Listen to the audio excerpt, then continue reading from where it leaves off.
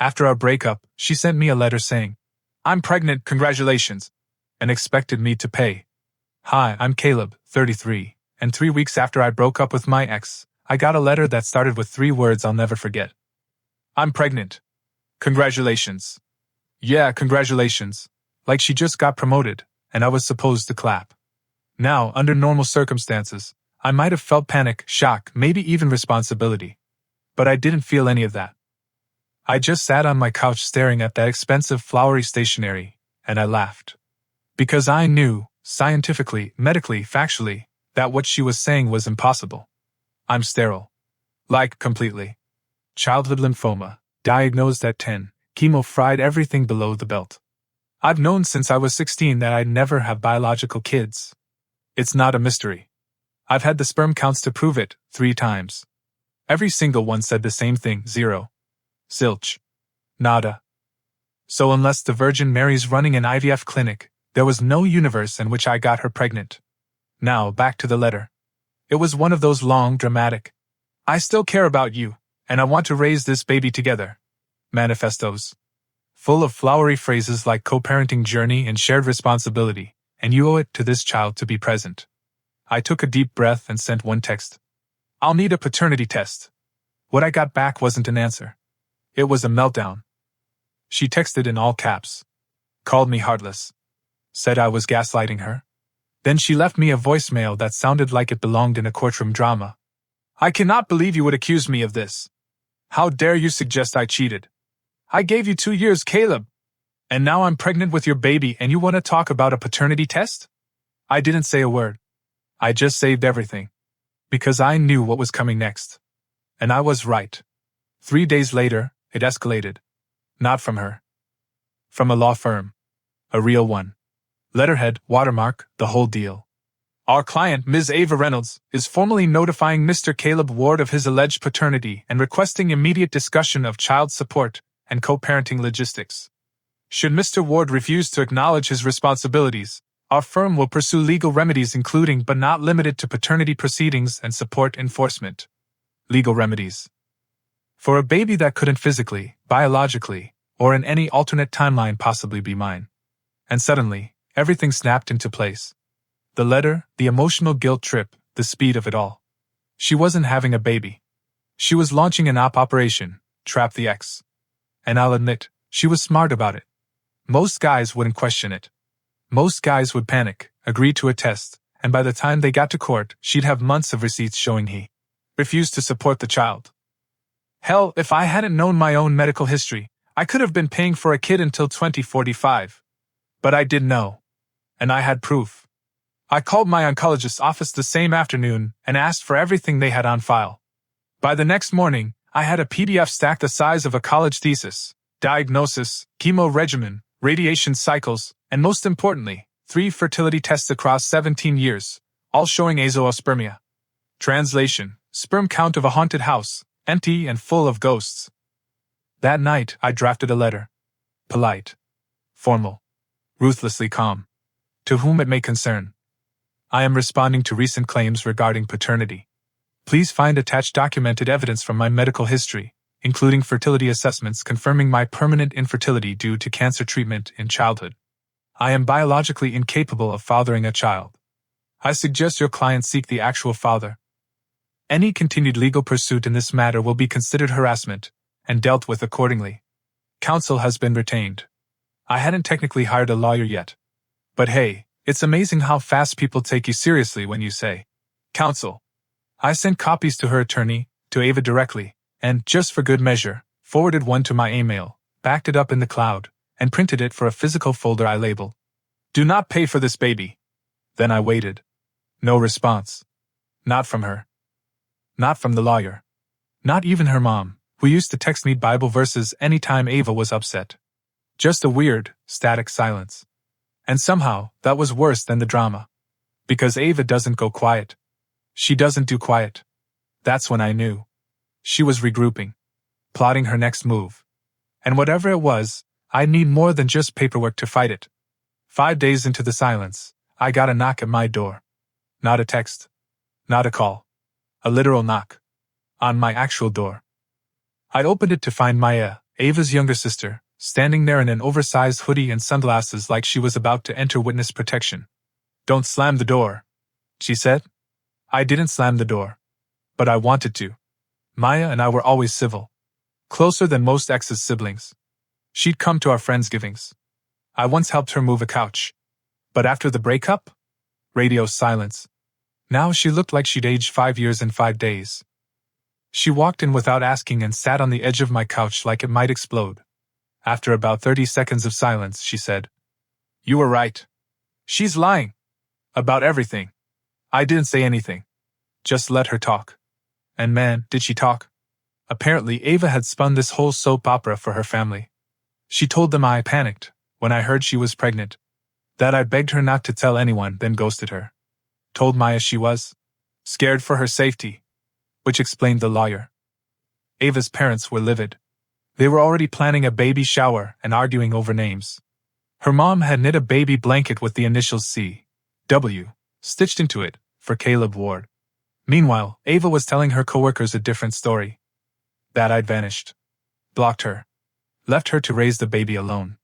She was asking for Venmo donations to buy a crib. A crib, Maya said. She even used a photo of you two from last Christmas in her mass email to the office. She added. You were wearing a reindeer sweater. It was a lot. I just stared at her.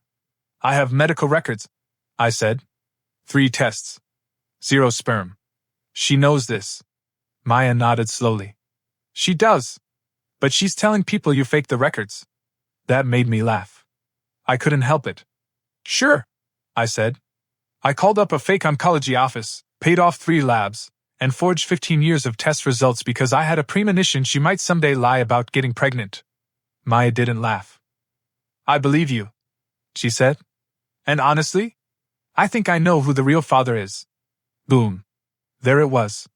She told me about a guy Ava worked with. Jake. Married. 2 kids. Mysteriously started carpooling with Ava around the same time our relationship got weird. Ava would name drop him constantly. Then suddenly, nothing. Like he got memory hold. I hadn't thought much of it then, but now? It tracked perfectly. Maya paused. Then, in a whisper, she added, I think she told him the baby wasn't his. And when you asked for a paternity test, she panicked and tried to lock you down instead. Everything clicked. Ava knew Jake wouldn't leave his wife. She thought I might be easier to manipulate. Until the records. Until the proof. Now she had no one. I thanked Maya for coming by. I meant it. She didn't have to do this. She even offered to talk to Ava's lawyer if it came to that, but I told her not to get involved further. I didn't need a witness. I had science. 3 hours later, though, I learned that Ava wasn't finished yet. I got a call from my landlord.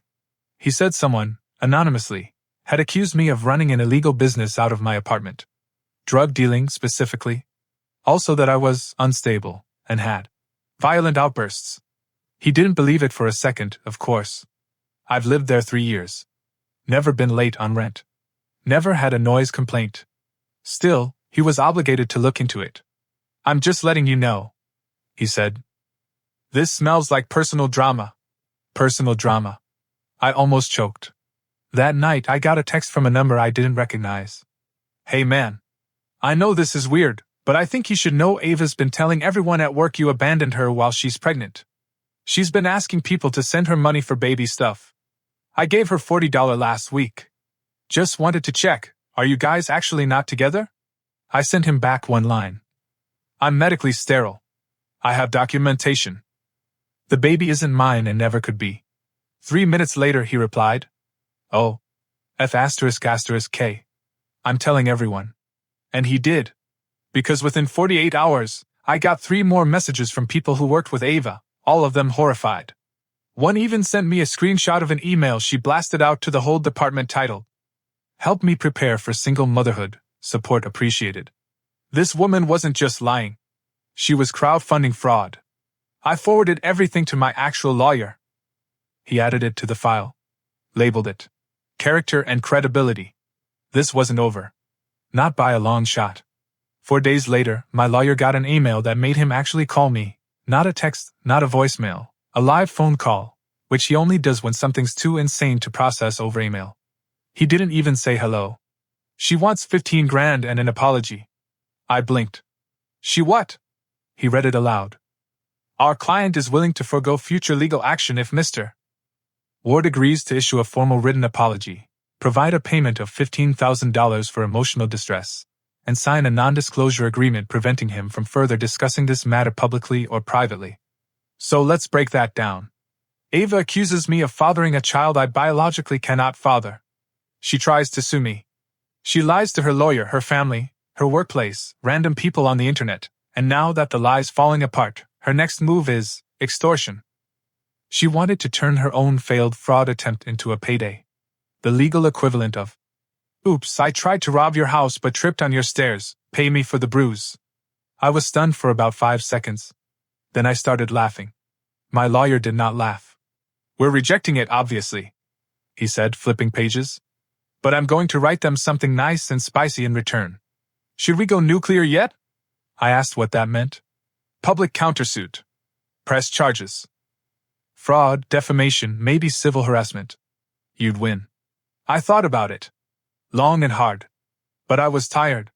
Exhausted, really. This whole situation had hijacked my life. I hadn't slept properly in a week. I wasn't working out. I was stress-eating like a teenager on finals week. My Spotify Wrapped was 70% angry white noise playlists. I didn't want more drama. I just wanted this to end. So I said no. Not yet. Write them the rejection. But make it sound like I'll go full Liam Neeson if they try this again. He did. Our client will not be issuing an apology or payment for defending himself against fraudulent legal action. He has made no public disclosures beyond what was necessary to protect himself from false claims. Any further contact will be treated as harassment and responded to accordingly, including pursuit of damages, legal fees, and protective orders. We sent it off and waited. But Ava? She was spiraling. That same day, I started getting follow requests on my private social media accounts I hadn't touched in months. Like someone was digging for dirt. I denied them, of course, but the usernames? There were things like Baby Mama Truth and Real Dad Exposed. Then my mom called me. "Why is Ava saying on Facebook that you faked medical records to avoid being a father?" I nearly dropped the phone. Ava had posted a long, rambling paragraph on her private Facebook page. Of course, she didn't name me directly. But if you'd ever met us or knew we dated, you knew. It was me. The post went. "It's heartbreaking when people you trusted turn their back on you. I never thought I'd have to raise this child alone. But lies have a way of catching up to people. Faking medical documents might convince lawyers, but God knows the truth. And so does this baby. Faking medical documents." She was throwing that out to family, friends, coworkers. Anyone who still believed her. Now, my first instinct was to ignore it. But my lawyer? He was practically vibrating with excitement. "This is gold," he said. "She just publicly accused you of a felony. Libel per se. We don't even have to prove damages now." I didn't want to sue her. But I wasn't going to let her rewrite history either. So, I posted my own message. Just once. No tagging. No naming. Just facts. When I was 10, I had lymphoma. Years of chemo and radiation saved my life but left me permanently sterile. Medical records confirm it. If someone's claiming otherwise, they're not confused. They're lying. I don't owe anyone silence to protect their false narrative. I locked my account afterward. Comments flooded in. DMs, old friends checking in. Coworkers saying, "I had no idea, man, I'm so sorry." Even Maya texted me. "My mom just read your post. She's crying. She says she's sorry." And that's when Ava went full scorched earth. She called my employer. Told them I was creating a hostile online environment for a vulnerable pregnant woman. Yeah. She tried to get me fired. HR called me in. Thankfully, they'd already seen my post and some of the evidence I'd shared with close coworkers. Plus, one of the admins had also gotten a baby gift request from Ava. HR told me I was fine.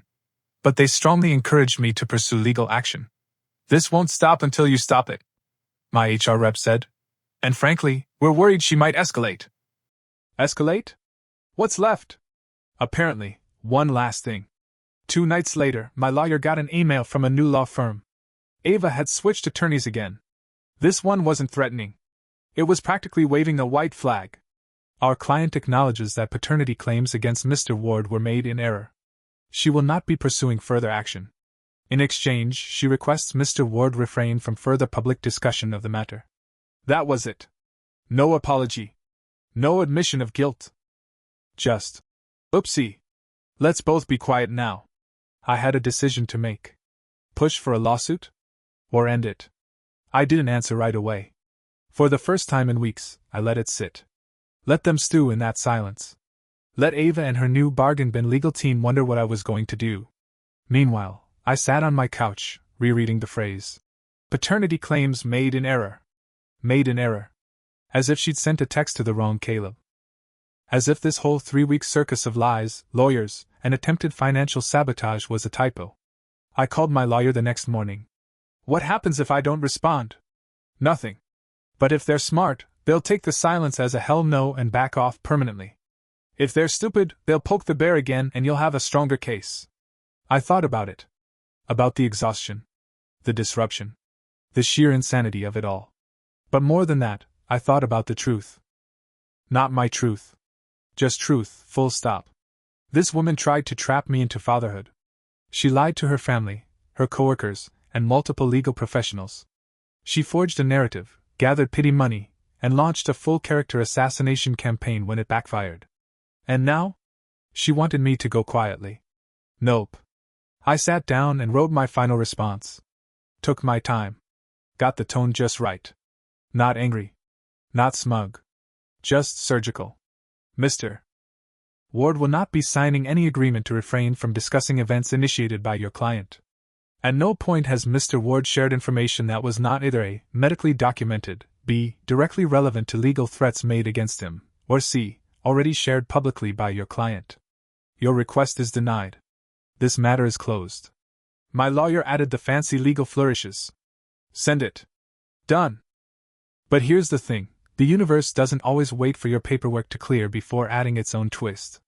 Because 3 days later, Maya called again. And this time? Her voice had a new edge. You're going to want to sit down. Apparently, the real father, Jake from the office, the married coworker, was in the middle of an implosion. His wife had filed for divorce after finding the pregnancy texts Ava had sent him, ones where she frantically tried to rope him and once I refused to play ball. She'd been deleting messages from their thread, but she missed one. One that said, Caleb's out. I told him he's the father, but he's trying to get out of it. You have to step up. That message cracked everything open. Jake's wife went full scorched earth. Filed for divorce. Sent screenshots to Ava's job and her own HR department. Told Ava she'd sue for alienation of affection, an actual tort in their state. And Jake? He panicked. He started telling everyone that Ava lied to him. Said she told him she was on birth control. That she swore up and down the baby wasn't his. That I was the father, and he had nothing to worry about. Maya snorted when she told me that part. He's trying to play victim now.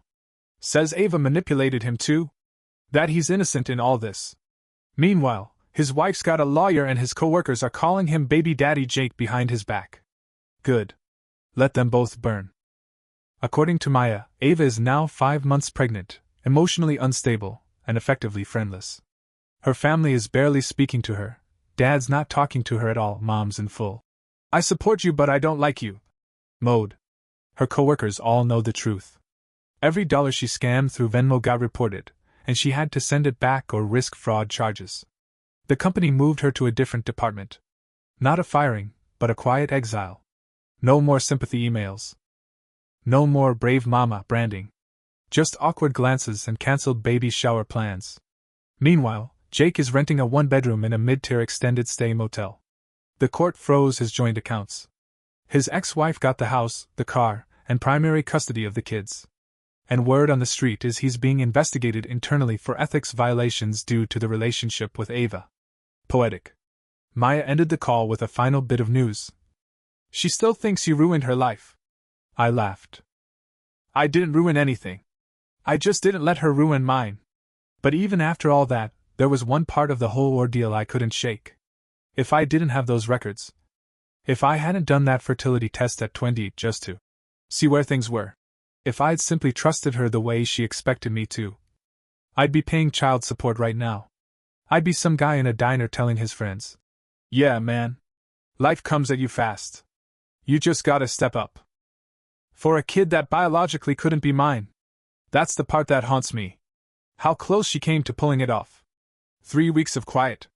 Not peaceful quiet, nuclear fallout quiet. The kind where no one's talking because every bridge in town is still smoldering. That kind of quiet. I didn't hear from Ava.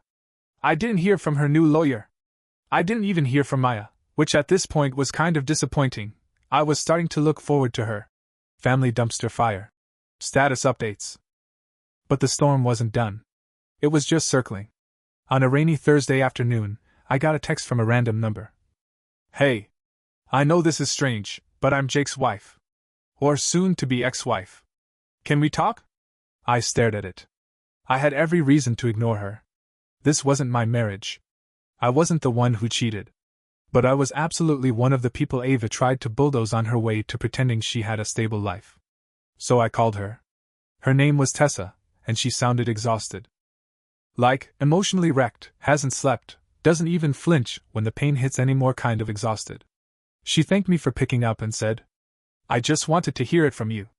Is it true you're sterile?" I didn't take offense. I got it. When your whole world's on fire, you grab any clue you can. "Yes," I said. "Sterile since I was a teenager. I have the medical documentation. Ava's lawyer has it. Multiple lawyers have it." She knew. She still lied. Tessa was quiet for a long time. Then she sighed and said, "That's what I figured. She told Jake it was yours. That you freaked out and ghosted her. And he believed her, probably wanted to believe her. And now here we are. Divorced. He's broke. I'm explaining to 2 kids why their dad moved into a hotel with a microwave from 1997. She wasn't bitter. She was done. She told me Ava had been texting Jake nonstop for weeks, begging him to step up, to be there for the baby, to stop listening to all the lies. But Jake wasn't biting. And now? He was pulling a full retreat. He told her he'll co-parent, but only through lawyers. He wants a paternity test. He's refusing to speak to her directly. Smart man. Finally. But Tessa wasn't calling just to confirm my biology. She had another reason. I found a folder on Jake's laptop. She said. Screenshots. Messages. Some of them are from Ava. Some from her lawyer. One's a message she sent to a coworker saying she was glad Caleb's too scared to fight back legally. That he'd never take her to court because he's spineless. I let out a slow breath. There it was. The mask fully off. She hadn't just lied.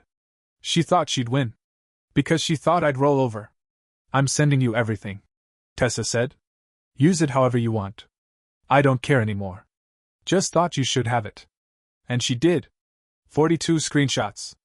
8 PDFs. 2 email threads. 1 voicemail Ava left on Jake's phone that started with, "I know I said it was Caleb's, but," and ended with, "You're the only one who can still fix this." Yeah. It was over now. I sent everything to my lawyer. He called me 10 minutes later and said, "Congratulations. If she ever tries to come at you again, we've got enough here to file for malicious prosecution, perjury, attempted fraud, and possibly even emotional damages." I didn't want to take her to court. But I wanted her to know I could. So I had my lawyer send one last letter to Ava's legal team. Not asking. Not threatening. Just declaring. Any further attempt to contact, threaten, defame, or otherwise harass our client will be met with immediate legal action. We are in possession of documented evidence showing premeditated deception and bad faith legal threats made by your client. Consider this your final notice. We got no reply. Ava went completely silent after that. Deleted her Facebook. Deactivated her Instagram. Ghosted her coworkers. Ghosted Maya too, which I only found out because Maya called me later that week and left a voicemail that said, "So, she's blocking me now. I guess I'm the villain for not helping her commit paternity fraud. Good to know." Then she added, "By the way, my parents want to apologize to you. Both of them." Oh boy. Apparently Ava's parents, who had once called me selfish, heartless, immature, had finally pieced together the full story. They'd heard from Maya. From Ava's coworkers. From some extended family who were confused why the baby shower got cancelled with zero explanation. And eventually, even from Jake himself. That's how far this madness spread. Jake actually called her parents and admitted that Ava told him the baby was mine, after she knew it wasn't. I didn't want an apology from them. But I appreciated the gesture. A week later, I got a card in the mail. Handwritten. From her dad. I believed my daughter. I shouldn't have. That mistake's on me. You were always respectful to our family. I hope you can move on without this hanging over you. I added it to my growing stack of documentation. Titled the folder, Reality. Because that's what this all boiled down to. She created a fantasy. A fantasy where she wasn't a cheater. Wasn't pregnant with a married man's baby. Wasn't alone, wasn't abandoned, wasn't responsible. And when that fantasy cracked, she tried to patch the hole with me. It almost worked. Almost. But now she had to sit in it. 5 months pregnant, disgraced at work, abandoned by her co-parent, estranged from her family, exposed to everyone. And me? I was finally breathing again. Not celebrating. Not gloating. Just breathing. Sometimes that's enough. 1 month later, I woke up to an email from an address I didn't recognize. No subject line. No message body. Just one attachment. A blurry ultrasound. And a single line typed beneath it. You should have been the one. No name. No signature. But I knew who it was. I stared at it for a long time, long enough to wonder if this was supposed to be some kind of guilt trip, or a final attempt to manipulate me, or maybe even the start of another round of chaos. But honestly, all I felt was tired. There she was again, throwing hooks into the void, hoping one would stick. I forwarded the email to my lawyer. He sent back a single-word reply. Noted. I didn't respond to her. I didn't block the address. I just archived it like everything else, into the same fireproof folder, alongside court letters, messages from Jake's soon-to-be ex-wife, and the voicemails where she screamed about how I abandoned her. She wanted me to be the father because the real one wouldn't play the role. She wanted me to be the stable one, the fallback, the cover story. But when that didn't work, when I didn't take the bait, she still couldn't let go. I wasn't even mad anymore. I was something worse. Indifferent. I kept my life simple after that. Changed my number. Switched email accounts. Locked down everything that could be found or faked. I even put a security camera at my front door, not because I thought she'd show up, but because I no longer believed in, not likely, as a valid defense. And for a while, it was quiet. Then, 2 weeks later, I got a message from Maya. She told my mom she's naming the baby after you. Nope. Nope. Please tell me that's a joke. I replied. Not even a little bit. Caleb James. Said it's to honor the man who made her realize what kind of partner she deserves. My mom nearly threw a mixing bowl. I couldn't tell if it was revenge or desperation or some twisted power play, but the fact she was giving her kid my name? After everything she'd done? It felt like the final smudge on a glass I'd already thrown away. Maya continued. She's still pretending she doesn't know who the father is. My dad confronted her. She cried. Said some things are better left unsaid. I walked out of the room. I didn't reply for a while. I just sat there, trying to wrap my head around the new shape this nightmare had taken. She couldn't get me to raise the kid, so now she was trying to brand me into it. Tie me to the child symbolically since she failed to do it legally or biologically. She was naming a baby after a man she tried to sue for defamation. You can't make this stuff up. I told Maya. She can name him after Bigfoot for all I care. Doesn't change biology. Doesn't change the truth. Just wanted you to know. She replied. I'll keep you updated. But honestly, I think she's cracking. And I believed her. Apparently Ava had been moved into a temporary leave at work. HR had concerns about emotional stability. Someone filed a complaint about erratic behavior. She'd been seen crying in the break room, snapping at people, disappearing for hours. The sympathy was gone. The facade had cracked. And Jake? Jake was still in the background, pretending not to exist. Refusing direct contact. Insisting everything go through lawyers. Demanding paternity testing before child support could even be discussed. And from what Maya told me, he already knew the baby was his. He just didn't want it in writing. Ava tried one more move. She posted a picture of the ultrasound to a private baby forum under a throwaway username. Captioned it, "Even when men run, we don't stop loving. Single mama. Double the strength." Maya sent me the screenshot with a one-line caption. "You're a ghost now. But you still haunt her." I didn't know how to feel about that. I didn't want to be a ghost. I wanted to be done. So I started cutting final ties. I changed my locks. I got a P.O. box. I deleted old photos. Blocked every friend of a friend of a friend who might still be connected to her. I even donated the hoodie she left at my place, the one I kept. Just in case she ever came back for it. She wasn't coming back. Not for a hoodie. Not for me. Not for the truth. And with every step, I felt lighter. She couldn't sue me. She couldn't shame me. She couldn't even spin the story anymore, because everyone knew. The truth wasn't a weapon. It was armor. I thought that was the end of it. I really did. But you don't get to walk away from someone like Ava without one last twist. It was late September when I got the call. Not from Ava. Not Maya. Not Jake, thank God. It was a detective. A real one. Badge number, department line, the whole deal. "Mr. Ward, we'd like to ask you a few questions about a harassment complaint filed against you." I almost laughed right there on the phone. Instead, I said calmly, "I haven't contacted Ava in months. She's the one who's been sending me emails, texts, letters, even tried to get me fired." The detective was polite. Professional. But something in his voice told me he already knew. "That's consistent with the information we've received," he said. "We just needed to confirm your side of the story before we proceed." I asked him point blank. "Proceed with what?" His answer? "A possible criminal complaint for filing a false police report." And just like that, the final card fell. Apparently, after naming the baby after me, after being abandoned by the actual father, after being sidelined at work and cut off by half her family, Ava decided she could still win, if she could flip the script one more time. She'd gone to the police and said I was harassing her. That I'd been threatening her online. That I'd shown up at her job. That I'd stalked her apartment. It was all nonsense.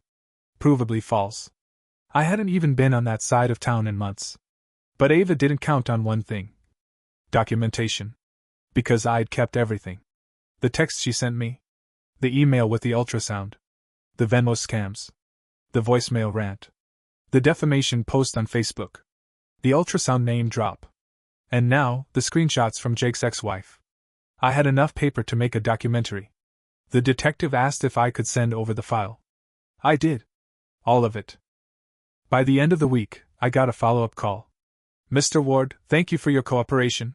We will not be pursuing any action against you. However, your ex may be subject to further investigation." I asked what that meant exactly. "It means we've seen this before. When someone creates a narrative and loses control of it, they often try to create a new one to protect themselves. Unfortunately, that sometimes includes law enforcement. But false reporting is a crime."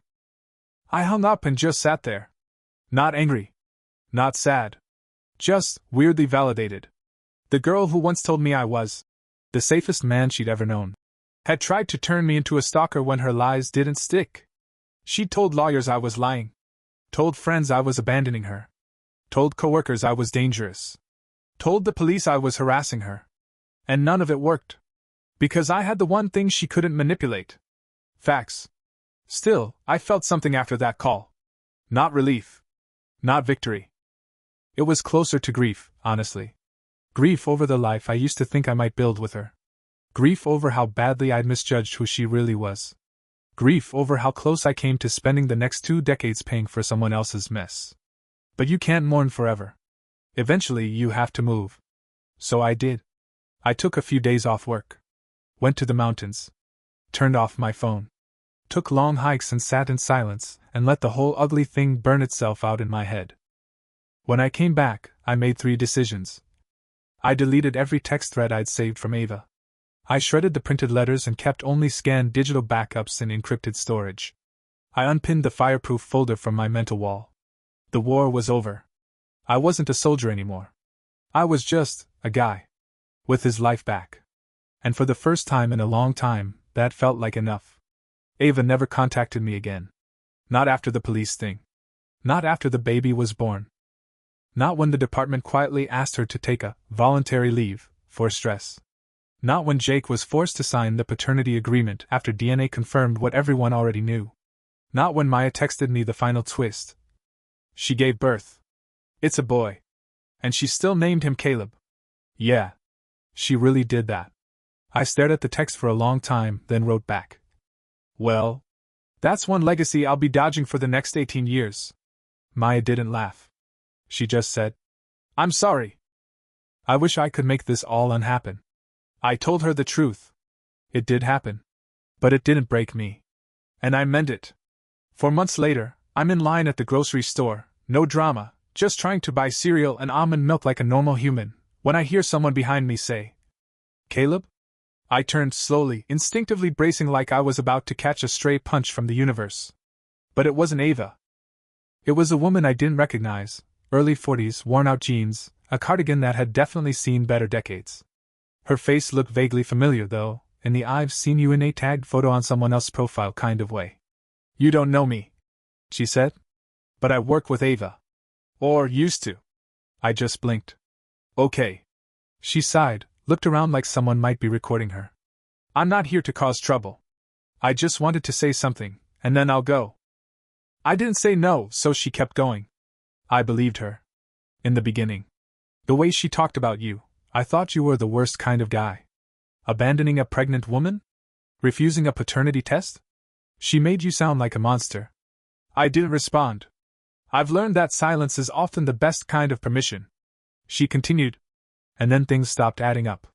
She got caught in lies. First small ones. Then huge ones. And then someone sent a screenshot around of that email you sent, the one with the medical proof. That was the moment people stopped giving her the benefit of the doubt. She looked down at her shoes. She cried a lot after that. Said everyone was betraying her. Said you ruined her life. But Caleb, she ruined her own life. You just survived it. I nodded once. That's about how it felt. She gave a sad little laugh. I just wanted you to know, people do know the truth. She may never admit it, but the rest of us saw what happened. Eventually. Then she left. No dramatic exit. No curtain call. Just walked off into the self-checkout zone. And me? I stood there holding a box of cereal, feeling something I hadn't in a long time. Closure. Not the storybook kind. Not the, and then justice was served and everyone clapped. Kind. Just finality. Later that night I called Maya. I told her what happened. She paused for a second then said, yeah. People are starting to talk. Even our aunt asked what really happened. My mom won't even bring Ava up in conversation anymore. And my dad? He said if she wants to live in denial, she can do it alone. Apparently Ava had moved back in with her mother temporarily after giving birth. Said she needed support. In reality, she had nowhere else to go. Jake refused to have her at his place, citing emotional volatility and unhealthy boundaries. In the custody paperwork, he has the baby every other weekend. But Maya told me he always drops the kid off exactly on time. Never stays a minute longer. Keeps it clinical. Emotionless. Can't say I blame him. But the kicker? Ava's still telling people the baby's name, Caleb James, was chosen because it just sounded strong. No mention of me. Not anymore. She's rewriting the story again, sanding down the rough edges, pretending she didn't drag 3 families into a burning pit of lies and then tried to sue one of them for standing outside the flames. But that's the thing about people like her. They don't learn. They adapt. They shift the narrative, change the names, gaslight the timeline, and hope no one keeps receipts. Unfortunately for her, I kept everything. The hospital records. The oncology letters. The lawyer exchanges. The audio recordings. The police contact. The full legal trail of every flaming pile she left behind. Do I plan to use any of it? No. But could I? Absolutely. And knowing that? That's peace. I've since started dating again. Slowly. Cautiously. I'm more upfront now, about my medical history, my boundaries, my non-negotiables. It's weird bringing up childhood cancer over drinks, but after this whole disaster, I'll never let a hard conversation wait for the right moment, again. One woman asked me if I ever regretted telling Ava about my sterility. I told her the truth. No. I regret not telling her sooner. Not because it would have changed her, she is who she is, but because it might have saved me some time figuring that out. Some people need your trust to be earned. Others see your trust as an opportunity, a gap to slip through, a weakness to exploit. Ava saw it as a ladder. And when I kicked it out from under her, she screamed like she was the one being wrong. But here's the thing, she didn't fall. She jumped. She thought she could land on someone else. Thought she could make the lie so big, so loud, so emotional, that no one would notice the truth buried underneath it. And for a little while, she was right. But lies decay. And facts? Facts age like steel. It was around New Year's when I ran into Jake. Not planned. Not expected. I was grabbing a black coffee at a quiet cafe across town, the kind of place where the baristas remember your name, and the muffins cost more than therapy, and he was already in line when I walked in. We locked eyes. That awkward, tight-lipped nod happened. And then, just like two middle schoolers forced to share a group project, we ended up standing there, waiting for our drinks like nothing had ever happened. He was thinner. Tired. Hair looked like he'd cut it himself in a mirror after a breakdown. And he looked older. Like the kind of older you get when you stop sleeping and start regretting everything. I thought he'd leave. Pretend I didn't exist. Instead, he turned and said, "Guess I owe you an apology." I didn't say anything. I didn't nod. I just stared at him, letting the silence ask the question. He sighed. I knew. About the kid. Not from the beginning, but close enough. I just didn't want it to be true. I let that hang in the air, mostly because I was waiting to see if he'd say anything that pissed me off enough to walk away. But he didn't. He kept talking. When she told me it was yours, I wanted to believe it. Made everything easier. Made me less guilty. But when your letter came through, man. That was the worst day of my life. Not because of the letter. Because it meant I was next. That was the first honest thing I'd ever heard out of Jake's mouth. He wasn't just guilty. He was terrified. Not of Ava, not of the baby, but of himself. Of what it said about him that he'd watched her destroy someone else's life and let it happen because it bought him a few extra months of pretending. You still talk to her? I asked. He shook his head. Only through a family attorney. She sends updates. Photos. Stuff I didn't ask for. And the kid? He hesitated. He's healthy. Cute, I guess. Doesn't sleep. Looks like her. I watched him. There was no joy in it. No pride. He wasn't a man who became a father. He was a man who got caught in a mess and couldn't figure out how to wash his hands of it without looking like a worse version of himself than he already was. You gonna be in his life? Jake stared at the floor for a long time. Then shrugged. I send money. I show up when I'm supposed to. But I don't know if that's being in someone's life or just paying rent on guilt. We stood there in silence until the barista called out our names. He got his drink first. Before walking out, he turned back and said, For what it's worth, I never thought you'd fight back.